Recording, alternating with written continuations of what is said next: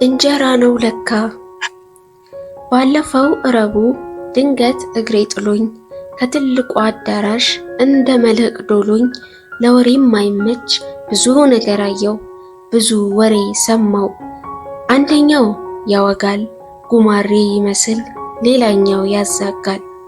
አንዱ ሲያተኩቱክ ሌላኛው ሲያሻውክ፣ የነገሩ ጮማ እየተመተረ አንዱ እየደገፈ ሌላው እያቃረ፣ አንዱ ያቃረውን አንዱ እያነኮረ አንዱ እያነፈረ፣ ነገሩ በነገር እየተነገረ እየተነከረ፣ ጥሬው እያረረ አየው ብዙ ነገር ሳይኖር የነበረ።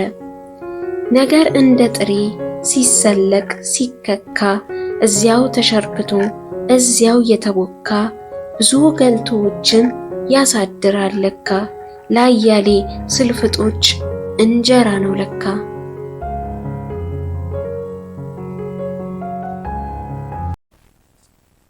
ውዳሴ ሞት ከተሰኘው ከአበረ አዳሙ የግጥም መድብል የተወሰደ